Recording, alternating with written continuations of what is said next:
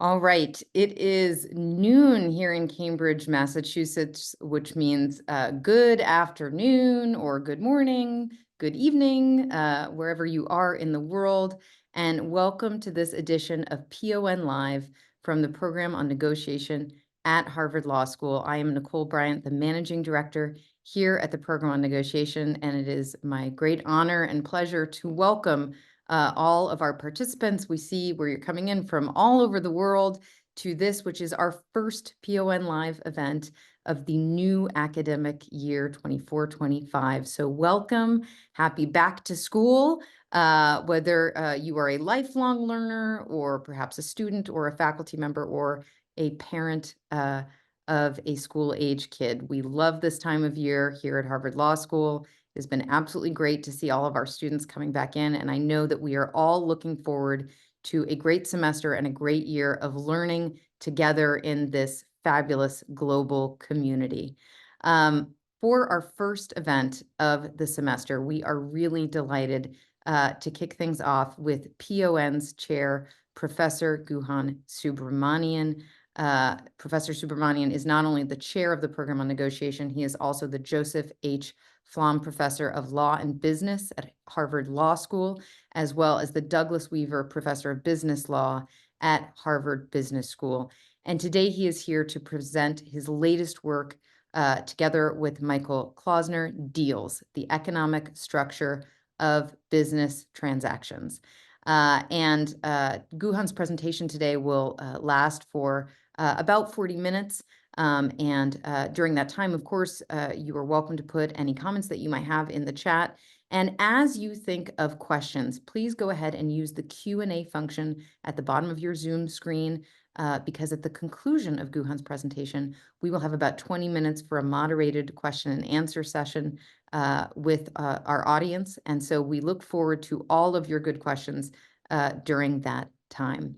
As ever, I would like to thank the incredible PON staff who do so much work supporting these events before we even start them. And in fact, we have a whole slate of events planned for the fall semester. I know there are a couple descriptions up on our events website, but there's actually a lot more stuff in the works. So I promise you it's going to be a very busy fall, and our events team has been wonderfully planning them. So Laura Sanpietro, our Associate Director of Research and Pedagogy, Diane Long, our Events Coordinator, and Lindsay Sullivan, Program Assistant. So thanks to those three wonderful ladies. It's a pleasure working with them and getting everything ready. So without further ado, I will now invite our guest of honor, Professor Subramanian, to join me on screen and begin his presentation. Guhan, it's great to see you. Happy back to school, and thank you for joining us today. Great. Thank you, Nicole, for that nice introduction, and thank you all for being on this Zoom. One of the great benefits of doing a session like this is that we have people from all over the world joining. So I was writing down a few of the countries. This is not meant to be exhaustive, but Brazil, Hong Kong, Mexico, South Africa, Trinidad and Tobago, Canada, Philippines, Ivory Coast. So many countries from all over the world. Italy just came on. Don't keep on going, but I'll stop with the countries. But it's just wonderful to see everybody on the Zoom and to have this kickoff to the PON school year.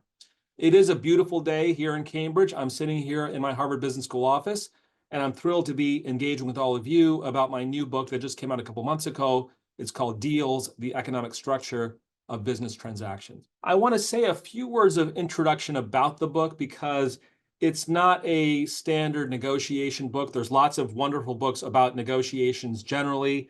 I'm not going to go through all of them, but there's many books. This is a different kind of book that, as it says in the title, focuses on the economic structure, the underlying structure of business transactions. It's not meant to be about negotiating with your spouse or your colleagues. It's about business deals.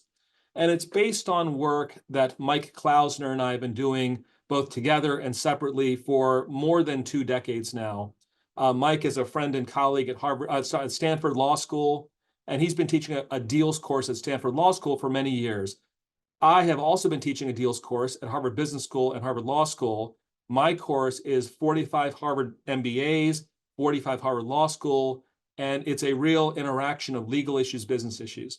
And throughout the 10 or 15 years we've been teaching our courses, we've been exchanging materials, exchanging ideas, And we finally said, well, we should put these down in writing. So we've written the book. And that the result is this book that you have and we'll talk about today. And there's a core idea behind the book, which I want to get on the table at the outset. Lots of our students and lots of people out there in the world are doing deals. But what is the underlying essence of what they're trying to accomplish?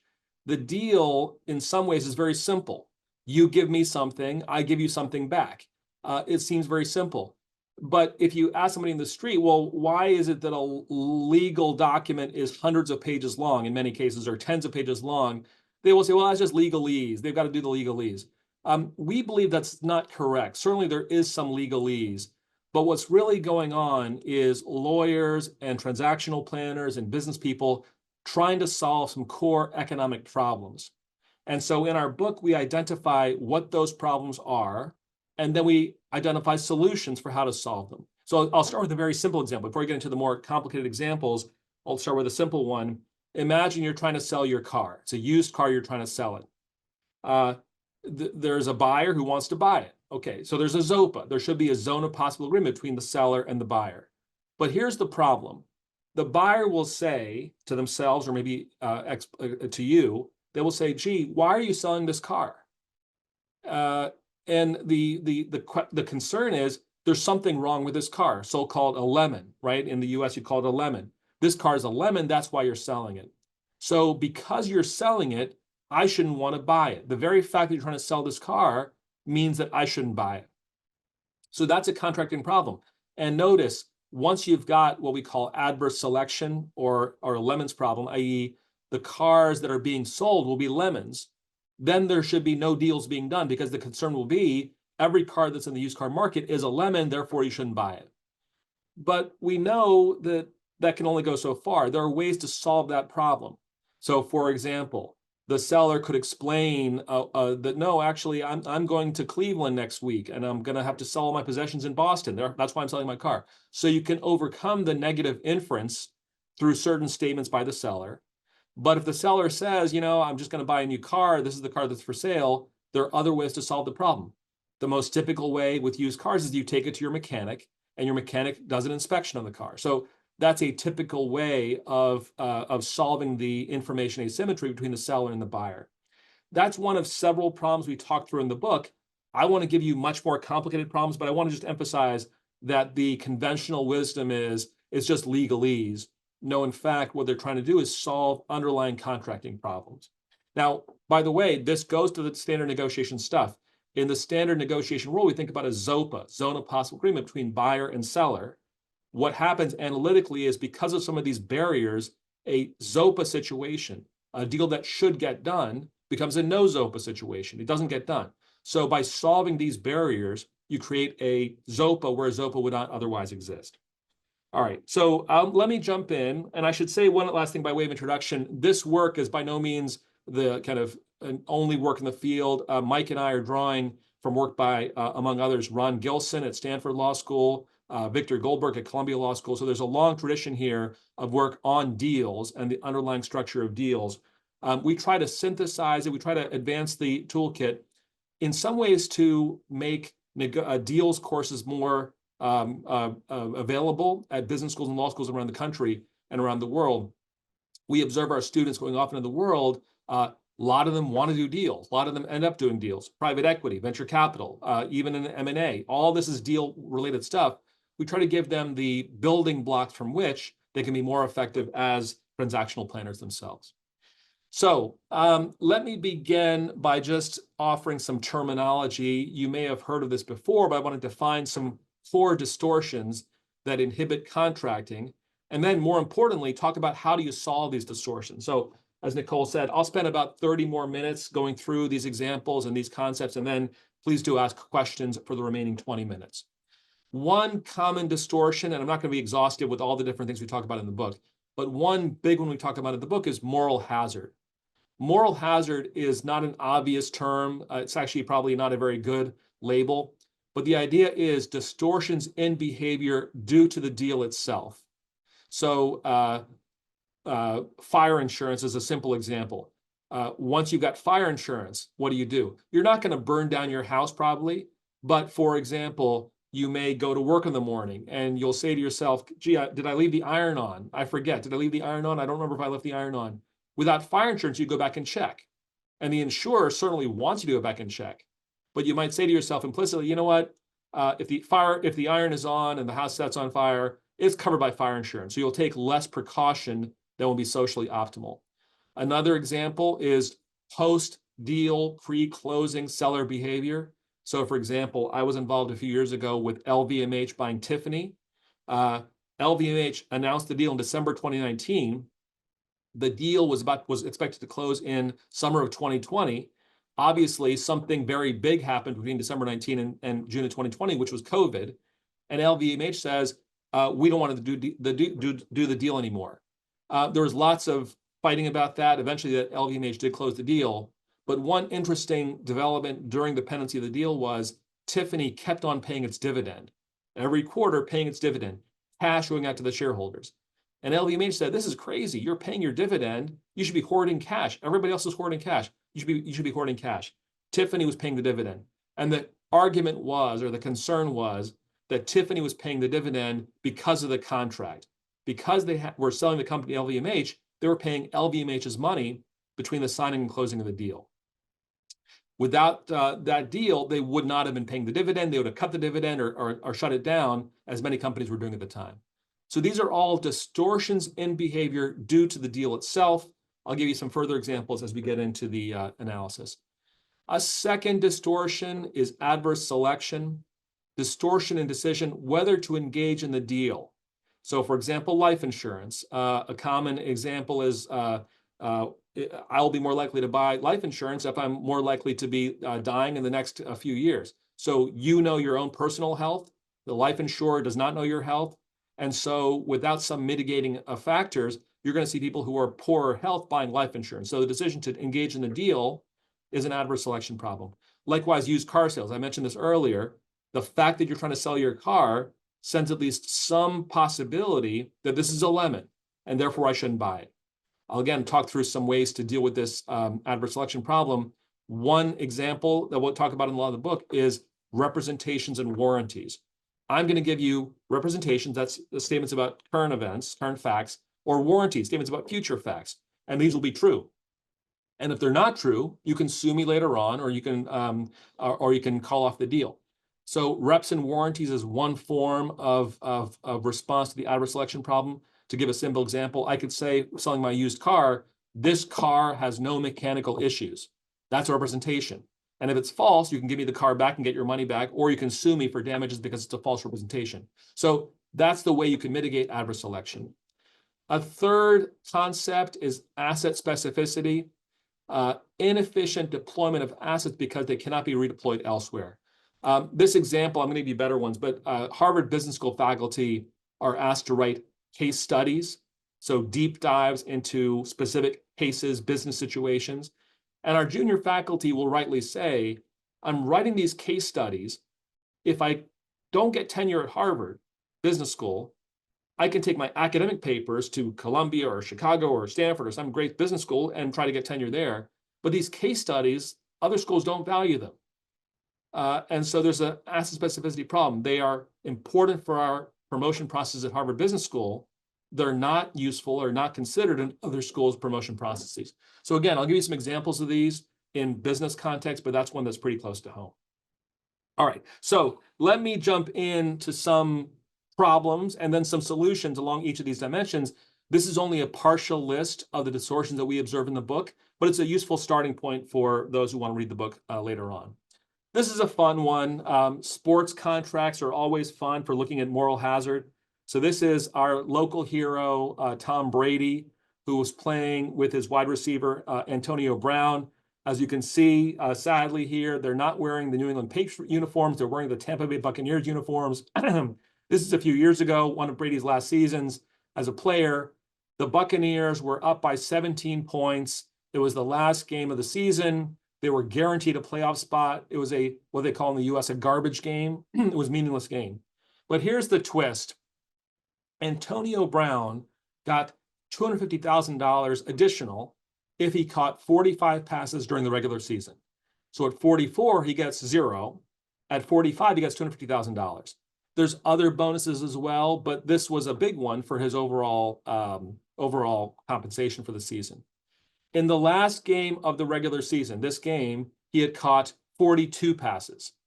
And the clock is ticking down. He's caught up to this point, 2 minutes left to go in the game, 42 passes. What does Brady do? 2:14 left to go. He throws a 3-yard pass.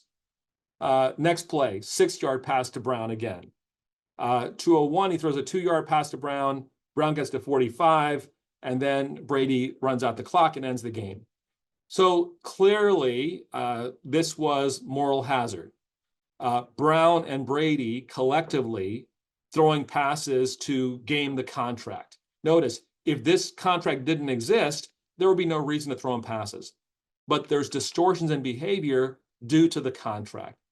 So I'm going to say more general things, but the observation is these kinds of contingent contracts, if this happens, then this happens, if this happens, then this happens, they can be a value creation opportunity, but they also create lots of problems, and moral hazard is a big one. There's a concern, for example, that if the defense was aware of this contract term, which they probably were, they could have focused in on Brown, guarded him more carefully, and then maybe they get an interception, run for a touchdown. It still wouldn't have mattered anyway. So in this game, it was off by so much. But there's distortions of behavior that can create problems in any meaningful situation. I can tell you, as chairman of the board of LKQ, we think about our incentives for our executives on a very regular basis, and compensation matters a lot. Here's a sports example where compensation distorts behavior in a way that could have been problematic. It wasn't in this particular case, but it could have been. A couple observations before I move on to the next one. One is, I'll say more about this kink in the incentive function. Kinks are discontinuities. In general, you want to have very smooth incentive function. So 41 passes, you get this much. 42 passes, you get a little bit more. 43 passes. Here, there's a big disconnect, a big discontinuity at 45 passes. 44, he gets nothing. 45, he gets the big bonus. In general, in the real world, you want to smooth these kinks, and I'll show you some examples where they're smooth.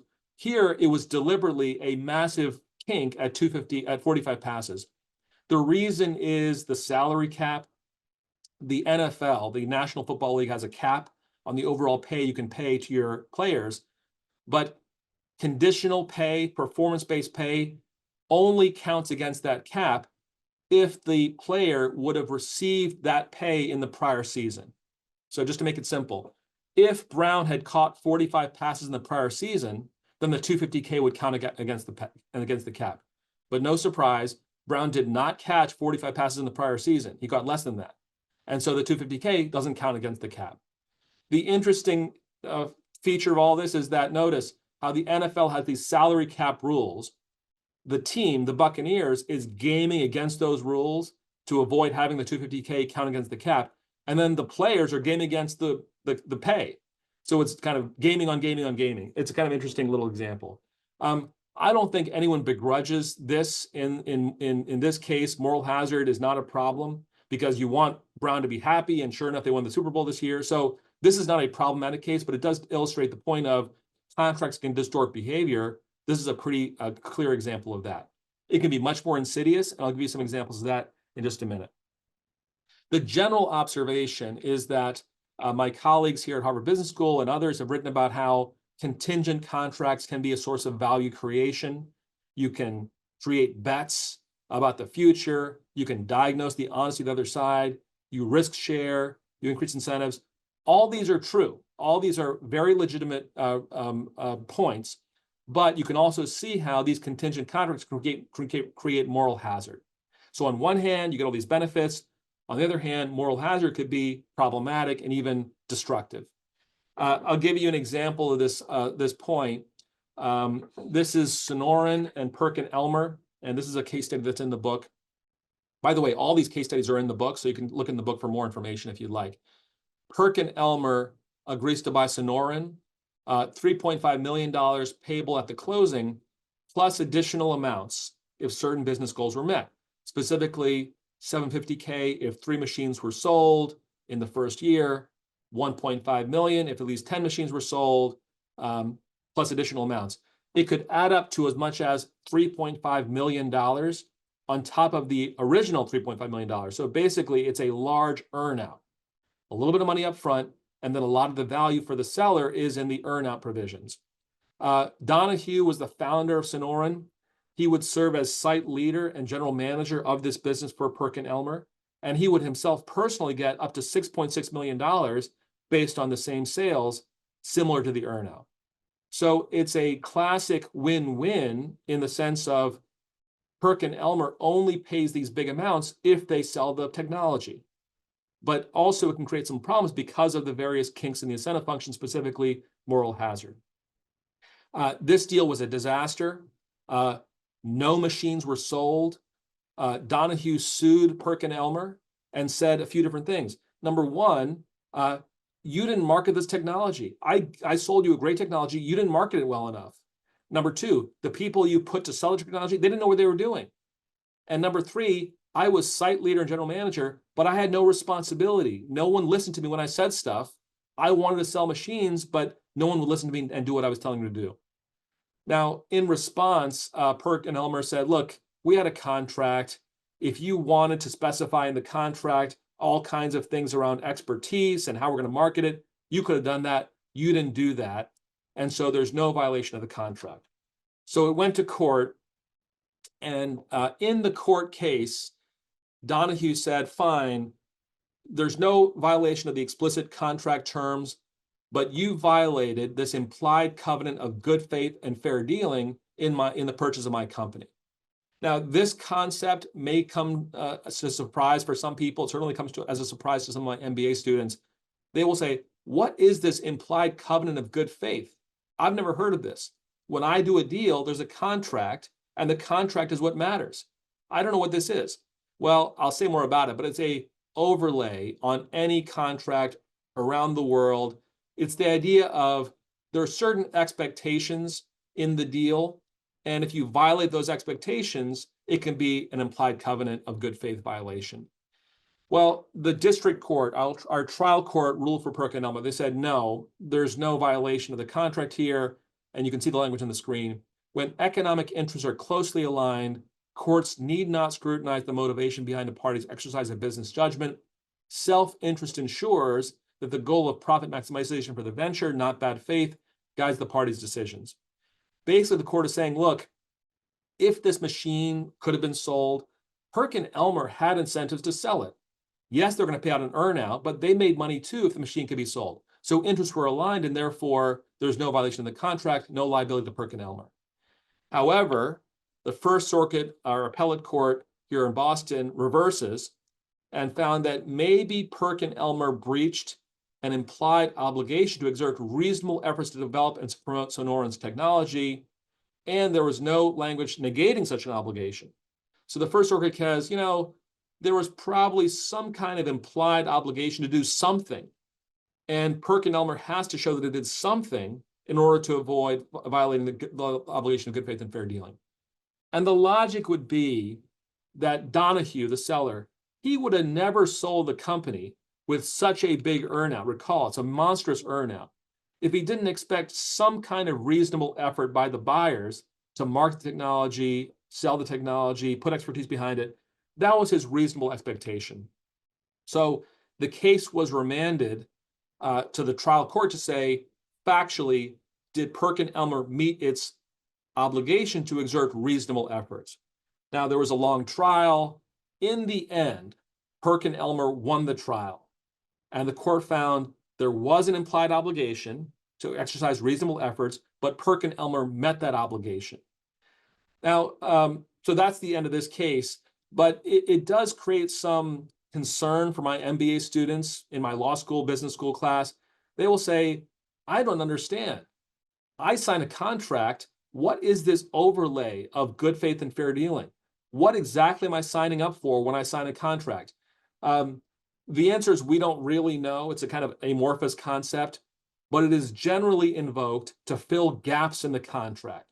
So the idea is parties can't envision all possible scenarios in a deal, and therefore this is a gap-filling mechanism to make sure the reasonable expectations of the parties are protected. So it's amorphous. It's not kind of something you can write down and say, here's when it applies, here's when it doesn't apply. But it's something around the reasonable expectations of the parties when they sign the deal. And it's meant to be a gap-filling approach because the parties couldn't possibly foresee everything in advance and write down every possible scenario and how it should be responded to in the contract itself. In the book, we explain how this is a ZOPA creating mechanism, because if parties could act opportunistically against the other side, that would again shrink the ZOPA. So this overlay should be limited, but it does help fill gaps in the contract because you can't foresee every possible outcome. I'll give you an example of this good faith and fair dealing concept because it's a nice illustration of how the legal overlay can help create a ZOPA where a ZOPA might not otherwise exist. This was an interesting one. So just to summarize, there's contracting that creates a value. That's fair enough. But there's all kinds of issues. We've talked about asymmetric information, moral hazard. These kinks, discontinuities can be massively amplifying moral hazard. Hard metrics are important. The Sonoran case illustrates this saying, earnouts are either fully paid out or they're litigated. There's really not a third option. And then finally, manage this duty of good faith and fair dealing. There are situations where parties will say, we want to knock it out of the contract. So for example, Perk and Elmer, to this day, the general counsel comes to my class at my deals course and he says, you know what, we try to knock it out because we want to write down what we're agreeing to, and we're not going to agree to anything beyond what's in the contract itself. So the contract will say, as a proposal, we, Perk and Elmer, don't owe you any duties of good faith and fair dealing. Now you can imagine it doesn't go over so well with the seller. The seller will say, what are you talking about? We're about to do a partnership here. We're going to be partners. How can you knock out a duty to me of good faith and fair dealing? That seems like a pretty fundamental thing. So you can address it. You can try to knock it out, but it's only going to chill the air if you try to do that. So you sort of have to live with it in a lot of cases, and Perk and Elmer lives with it in a lot of cases. And the question is, well, what does it look like? What are the contours? It's amorphous, but there is a doctrine, obviously, and a body of case law about what this doctrine means. Here's a fun example, and this one is in the book. Black Widow, the movie. Scarlett Johansson was starring in it, famous movie. I watched it. Many of you watched it. Disney is the marketing and production for the movie. They agreed to a wide theatrical release for the movie, and Johansson gets a share of the box office. So for the non-US audience, these terms might not be quite familiar. The box office is the movie theaters where you go and sit in a movie theater. That's the box office. And Johansson gets a share of the box office from this wide theatrical release. Wide theatrical release was meant to mean no less than 1,500 screens. So 1,500 screens around the world, that's a wide theatrical release. On November of 2019, Disney launches Disney Plus, the video on demand service. Johansson still gets a share of the movie screens, the box office, but she does not get any revenue for Disney Plus. Okay, still no problem because the incentives are still aligned. Disney makes more money if the movie's in the theaters than they do on Disney Plus. So they still have an incentive to keep it in the theaters for as long as possible. Johansson gets a share of those revenues from the theater. And then once the theatrical release is over, you put it on Disney Plus. But obviously, COVID hits in March of 2020. The movie is delayed. And then finally, Disney says, we're going to release it in theaters as we're obligated to under the contract. And we're going to put it on Disney Plus on the same day, July 9th, 2021. And I will admit, not knowing all the facts, my daughter and I watched it on Disney Plus, paid our $20, and watched it in the comfort of our own home while COVID was raging outside. August 2021, Johansson sues Disney, saying this is ridiculous. No one's going to watch it in the theaters if they can watch it in their own home on Disney Plus. Especially COVID is raging. No one's going to watch it in the theaters. She says, I don't get anything on Disney Plus. I get a share of the box office. I don't get the share of Disney Plus. This is not fair. Disney is crowing about the whole thing. They made $60 million from the first weekend of Black Widow on Disney Plus. Huge success for Disney, but none of that $60 million went to Johansson. So you can see this interesting application of good faith and fair dealing. Disney says there's no breach of the contract. We said 1,500 screens. We put on 1,500 screens. There's no breach of the contract. Scarlett Johansson says, yes, but you violated a implied obligation to keep it on the screens exclusively. So here's some language from the attorneys. Scarlett, Johansson attorney, says, both parties understood that wide theatrical release meant that the picture would initially be released exclusively movie theaters and remain exclusive movie theaters for a period between 90 and 120 days. Disney responds, what are you talking about? There is no merit whatsoever to this filing. The lawsuit shows callous disregard for the horrific and prolonged global effects of the COVID-19 pandemic. It's interesting that this was not about the contract. There's no claim that Disney violated the contract. And Disney says, look, if you wanted exclusivity in theaters, you should have said it in the contract. You're sophisticated. Scarlett Johansson's one of the greatest stars in Hollywood. You could have said to your lawyers, wide theatrical release means exclusively movie theaters for 90, 120 days. You could have said it. You didn't say it. We didn't violate what we agreed to. And this is there's no merit whatsoever. Can I do a poll? I wonder if I can do a quick poll here. This is all, real time, but let me, let's see, maybe not. Okay, we won't do a poll. But I do this in my, Guhan, I was just going to suggest if you want, you could just ask people to put in the chat without setting up a full poll what they think. Oh, yeah, no, it's fine. Look, I'll tell you, when we do this in my deals class, we do take a vote, and it's basically split. On one hand, some students say, you know what, it seems really unfair to Scarlett Johansson. She gets a share of the revenue from the theaters. She doesn't get a share from the Disney Plus. She assumed going in that it would be in theaters exclusively. That's where she makes her money. And Disney violated that assumption, the reasonable expectation, by putting on Disney Plus on the same day, same exact day they put it in theaters. That seems unfair. Others in the class would say, no, there's a contract. Both sophisticated parties represented by sophisticated lawyers. If they wanted exclusivity, they could have written it down. And all this stuff that both parties understood what wide theatrical release means, well, fine, that's great, but why didn't you write it down? If that's both parties, why didn't you write it down? So that was the fight. At this point, some of the groups came in and made an observation. Women in Film, Reframe, Time's Up, joint statement.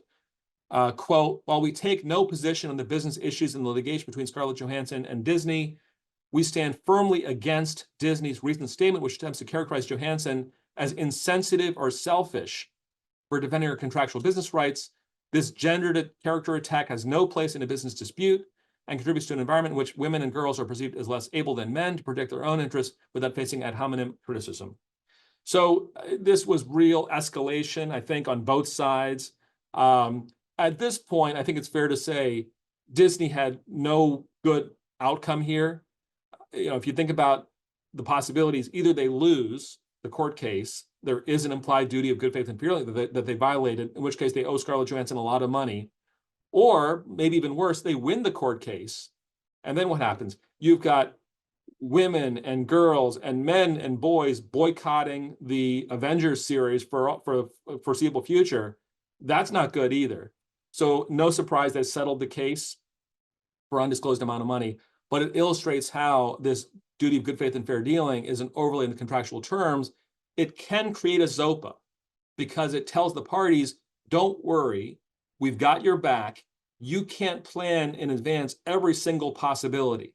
So in the unforeseeable event where something happens, right, we will fill the gaps in the contract. That's what this thing is meant to do. And we describe in the book how it can be a way of creating value between the parties, which then creates a ZOPA. I'll make one other comment on this particular case, and I'm watchful in the time here, because this goes to a general point that we make in the book about drafting and the strategy of drafting. It's the last chapter of the book.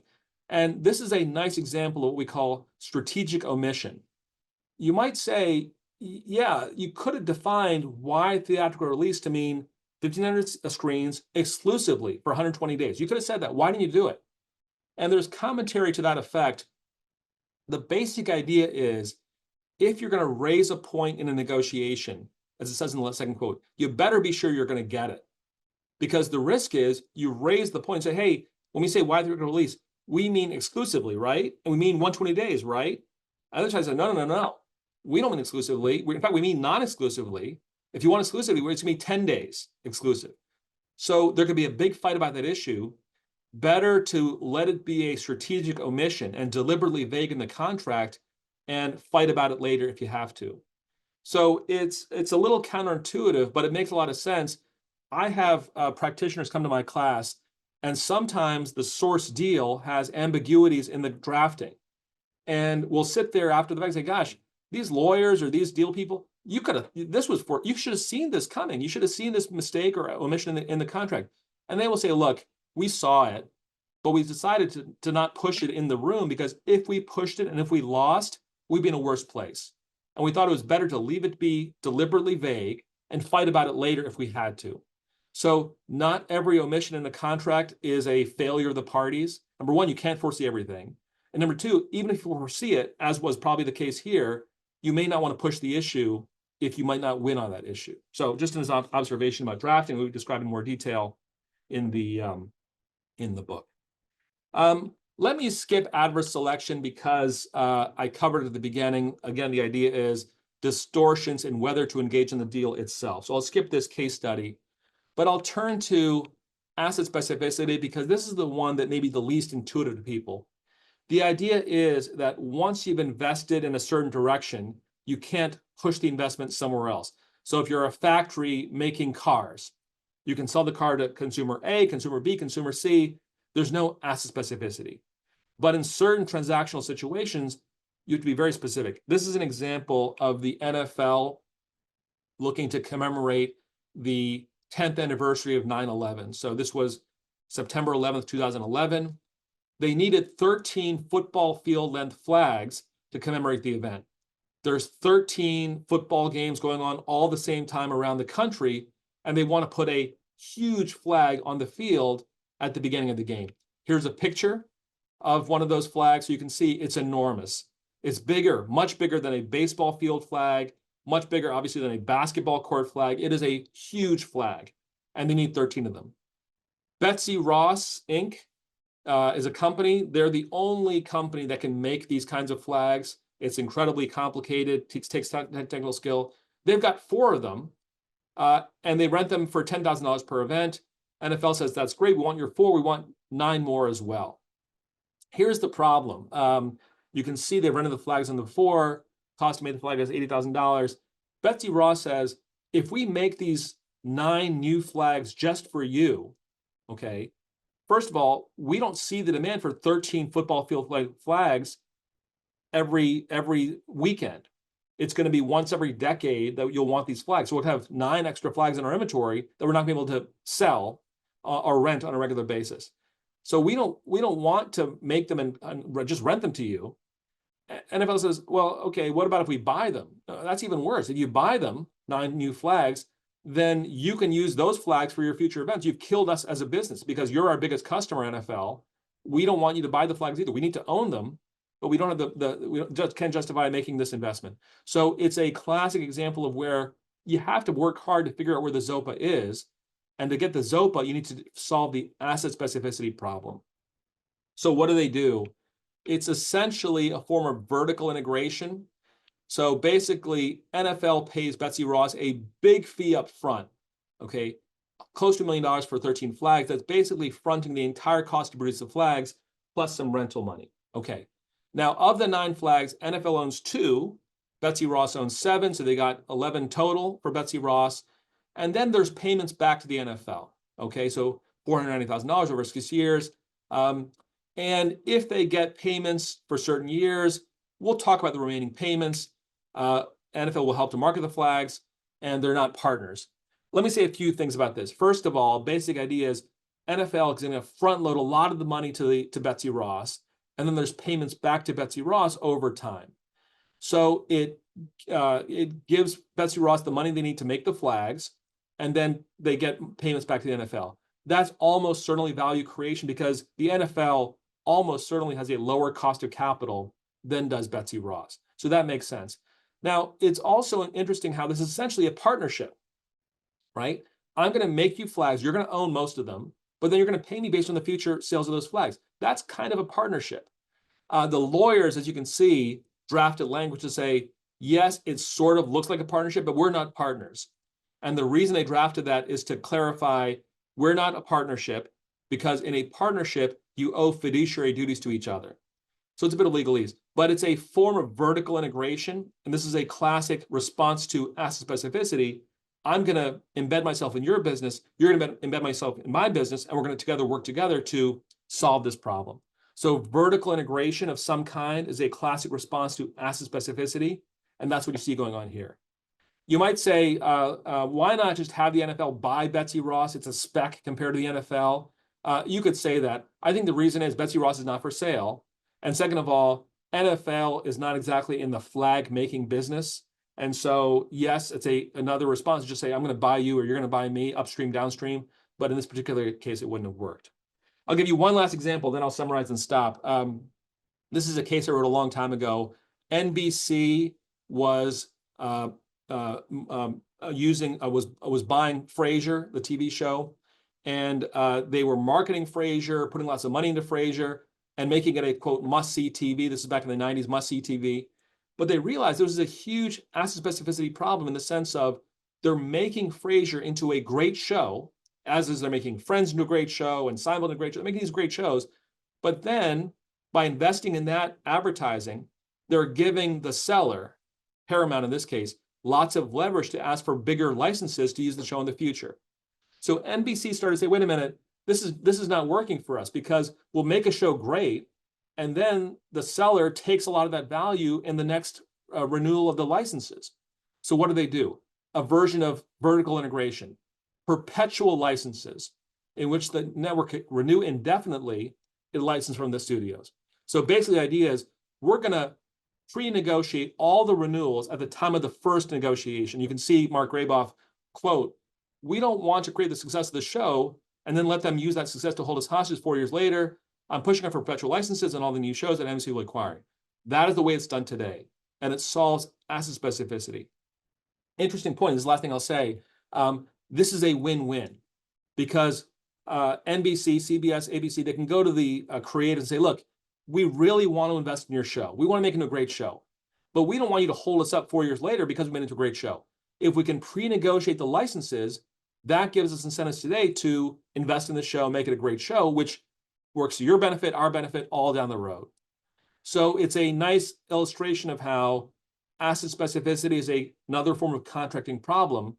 Some form of vertical integration, like you see here, like you see with Betsy Ross, is a way to solve it. So moral hazard, how do you solve it? Getting rid of kinks, foresee the problem, look for a reason back. Adverse selection, we didn't talk much about it, but basically, what do they know that I don't know? And solve that problem. The seller of this car, they know more about this car than I do. Let's solve that problem, either through reps and warranties, either through your mechanic checks it out, whatever it is. What do they know that I don't know?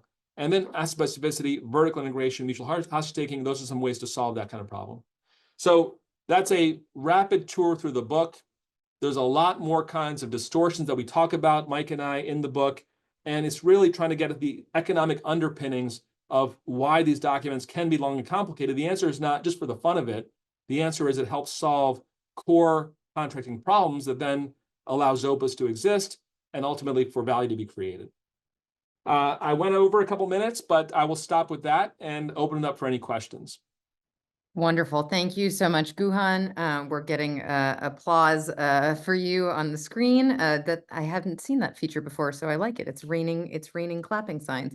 New year, new Zoom feature. And there's been a lot of lively discussion and comments in the chat, a lot about Scarlett, who, you know, as we know, in many situations elicits a lot of enthusiasm and comments. So we've got some questions in the Q&A, and folks, I would invite you to continue entering them. I'm going to try to summarize and get some of them together in cases where we need to condense. So I guess as a first question, this idea of implied covenant of good faith, right? This is an interesting thing that, as you said, even in your MBA classes, there's, you know, people kind of on both sides of the discussion. How do you feel, has this, you know, the idea that a court would try to litigate this, is this new? Is it something that we're paying more attention to now? Yeah. You know, is this a sign of the times or something that always has been an implicit part of deals? It's a great question. And the answer is it's actually getting smaller over time. So 100 years ago, it was a much bigger aspect of contract law. And there was a sense 100 years ago of business being an arena where people should treat each other fairly. Fairness is important. And we, the courts, are going to police what's fair and what's not fair. And there's a certain intuitive appeal to that. Yeah, we want people to be fair. We want people to be good to each other. And that was the intuition that pervaded 100 years ago. But increasingly, the world has gotten more sophisticated. And as a result, people can protect themselves through their attorneys, through drafting, through contracting. People are kind of learning how to protect themselves. And as a result, courts are stepping back and shrinking this implied duty, in part because people are more sophisticated, they can protect themselves, and also because it can deter contracting. If you have this broad, amorphous duty, good faith, and fair dealing, parties might say, I can't do this deal because I don't know what I'm signing up for. I'm signing up to market your goods. Okay, that's simple. But what else is the court going to force me to do under this implied duty? I don't know, and I don't want that risk. Therefore, I'm not going to do the deal in the first place. So this intuition of fairness, yeah, we all want fairness, but that's giving way a little bit to the fear of I'm going to deter parties from doing deals that they otherwise want to do. So the answer is actually it's all shrunk over time, but it still exists, and it's an important thing to think through as part of the overall transactional process. Great, thank you so much. All right, the first question that came in was from Carl, asking about what if in M&A situations, both buyers and sellers are keeping their cards close to their chest and not revealing their underlying strategies. So how do you get to a more complete understanding of the deal? Yeah, it's a good question. I do a lot of work on M&A. I'm the chairman of a big public company called LKQ, where we've done lots of deals over the years, including, for example, we just bought Uniselect, a Canadian company, for about $2 billion about a year ago. So I've got a lot of familiarity with this question. I think in general, parties come to the table aware that there are massive information asymmetries, right? I don't know anything about your business, or I know only from what I can glean from the public press. You know a little bit my business beyond what's in the public press. So the typical way to overcome it is through a non-disclosure agreement. We will agree to keep things confidential. And then in M&A, there's a data room in which I'll put my books and records into a big electronic data room. You can look at my books and records. I'll look at your books and records, back and forth. There's typically lots of meetings between management on both sides, maybe sometimes the board on both sides. So that's the way you solve information asymmetries. Because, Carl, you're right. If you don't disclose information and they don't disclose information, you don't know what you're buying, they don't know what they're selling. And as a result, deals don't get done that should get done. So the way to solve it is by bridging information asymmetries through NDAs, non-disclosure agreements, due diligence, data rooms. Those are all the tools that people use to solve this problem in M&A. Yeah, great, thank you. A question from Lou about the Perkins-Elmer case. So much back and forth in court, Yeah. appeal, and, remanded. And why did they go through with it, right? Wouldn't there have been so many times when they could have settled? Any insight that you can provide there? Yeah, it's a fair question. I think the problem in that particular case was that Perkin-Elmer really believed it had done what they said they were going to do. And therefore, anything beyond very minimal damages is not something they would have been willing to give. So there's probably no ZOPA on the settlement of that litigation. And then on the other side, Donahue had sold his baby to Perkin-Elmer, thinking it was going to be worth hundreds of millions of dollars. And then he got $3 million. So he was, I think, I don't know him firsthand, but my guess is he was not happy with the result of what happened here. And he felt he was wronged by Perkin-Elmer, where Perkin-Elmer said, no, we did nothing wrong. If this technology was a good technology, we would have marketed it, and it wasn't good technology. So you got what you were entitled to under the contract. So my sense is there was no ZOPA because of that dynamic. But you're right, in many situations, settlement has enormous value, and good negotiators look hard for that settlement space and try to find it to avoid all the court costs that you're describing. So absolutely right. PON works hard on trying to find common ground, and settlement of litigation is one such way to create value by finding common ground. Yeah. You also spoke, Guhan, to a lot about ZOPA creation, right? Which is definitely something that we talk about a lot at PON. Can you talk about the role of, contingencies and earnouts and, how we should think about them? You showed a lot of examples where those kinds of things went awry or created more complexities, and yet we know that they are incredibly value creating in certain situations. So how should we think about this as we're drafting? And obviously it's very dependent on the situation. Yeah, I think it's a great question. Earnouts are used a lot in biotech, pharma, diagnostics, medical devices. And part of the reason it's used there is that there are these massive inflection points, phase 1 approval by the FDA, phase 2 approval, all kinds of yes or no. Is this going to work or not work? And so you see earnouts based on those kinds of metrics in that arena. And I think there it has a lot of value because you've got a seller who's very optimistic about phase 1 approval.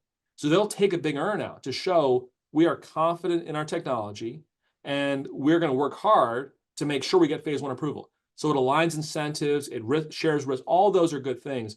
But I tell my students it's a tool of last resort, not a tool of first resort, because it's easy to say, yeah, it creates all this value.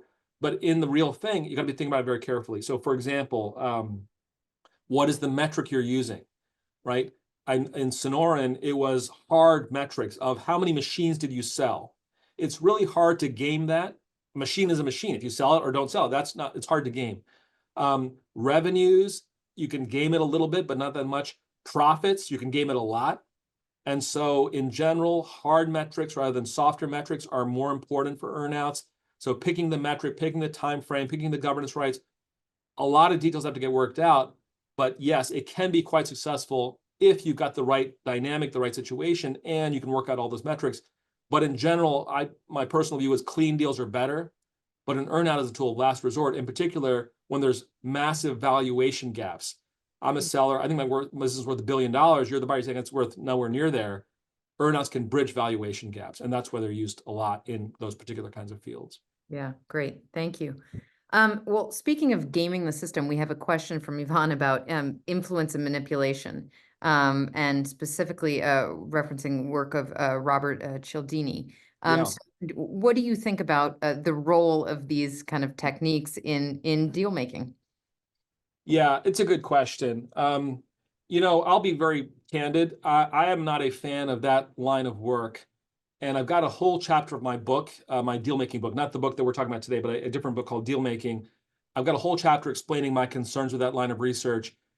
Cialdini is a very influential book, but if you really dig into the details of those studies, it's methodologically very flimsy, and I just don't buy it most of the time. And so, for example, there's a very, very famous study that's cited in the Cialdini book about photocopying and line at the photocopier. And the stakes are so trivial, I personally don't think they apply in a business situation where the stakes are not trivial. But even if you put that aside, the takeaway from that particular study is giving a justification of any kind, even if it's a meaningless justification, increases the odds of acceptance by the other side. I've been involved in lots of real world deals. I just don't see that. In my world, if you give a good justification, it works. If you give a bad justification, it doesn't work, or it's even opposite. It has a negative effect. So that's just one example. I go through a lot of the quote famous studies, including Cialdini studies. I just don't buy a lot of it. There is some core work that I think is quite good. Kahneman Tversky's work I think is quite good. This was 30 years ago. But I think the more recent stuff is very flimsy, and I would not recommend it in the business world. And I explain why in the deal making book. I think it's chapter 6. Great. We'll put a link to the deal making book in the chat in case folks are interested. And I could swirl over and get it on a shelf, but I'll do that in a second. Yeah, no problem. Also, question about the role for mediators in these deals for neutrality, double confidentiality. Is this something that you have seen great success with in these deals that you're analyzing? Yeah, it's a great question. And the answer is no. And I'll tell you, my very first article when I was a student was about mediating deals. And it made sense to me as a student to say, gosh, mediation works in the litigations context, in the dispute context. Why can't we have it work in the deal context? And I proposed it. It's never gotten any traction from either my work or other people's work. And I think the reason is a litigation context, you're mostly separating ways. You're parting ways, and it's sorting how do you do that effectively and with minimal cost and maximum value creation. So that's litigation. Mediation works a lot, is used in that context. In a deal situation, you're at the beginning of a relationship. You're about to begin on a partnership together. And if you need somebody to mediate that, it's a problem. You should be able to talk effectively with each other and build connections and rapport and relationship, and have a mediator involved is a big red flag. So I think for good reasons, it's not used in a deal context. It has some conceptual appeal, but I think because relationship, trust, communication is so important in a deal context, it's just not used. Yeah, great. We have a question about your schedule, Guhan. Can you be viewed at the upcoming HBS reunion classes? Are you going to be speaking in case there are any alums in attendance who want to see you? Oh, I the happen to know answer you're is going to be on the road for a bit. I don't know if you're making a stop back in Cambridge. I am on the road. I think the answer is I don't know. It's possible that I am. I'm sorry to say I don't know my calendar because I'm leaving tomorrow with my wife. We're on a 2-week vacation because we're celebrating being empty nesters. So we're going to go away for 2 weeks, and I just don't know if I haven't looked at my schedule beyond today, basically. So I think the answer is no, but I'm not sure. Yeah. But thank you for the question. Hope to see you on campus. If not, there'll be another year. So just wait for your next alumni appointment, and Absolutely. it Yeah. might not be in the middle of a vacation. Absolutely. There, further on to that question about mediation at the outset, do you think that this is something that can be used to improve a relationship that's, gone sour, not in setting up a deal, but later on down the line? Yeah, that's possible. I think there's more possibility in that scenario than there is at the outset. So I think what we're talking about is you got a deal, you're chugging away, there's good sort of healthy relationship, but something breaks down at some point. Could you bring in a mediator in that context? I have done that kind of work myself, but I don't like it in general because, again, you're trying to build bridges for a future together. And the way I would recommend is to go to the other side, principle to principle, and say, look, here's what I'm observing. Here's my feeling about what's going on here. I'd like to hear from you as well about how you see things. And most importantly, how can we reset and rebuild so we can work together in a constructive way going forward? To me, that principle to principle is the best way to go about it. Maybe if there's some coaching in advance, you could sit down with your team or with an advisor to kind of coach you on how to best to do it in the room. But I don't recommend having a third party in the room itself. And I say this as someone who's done that. And it was a very weird situation, not something that I would say generalizable. So I guess in general, even in that context, I would say mediation is more appropriate, but still something I would not recommend in general. Yeah.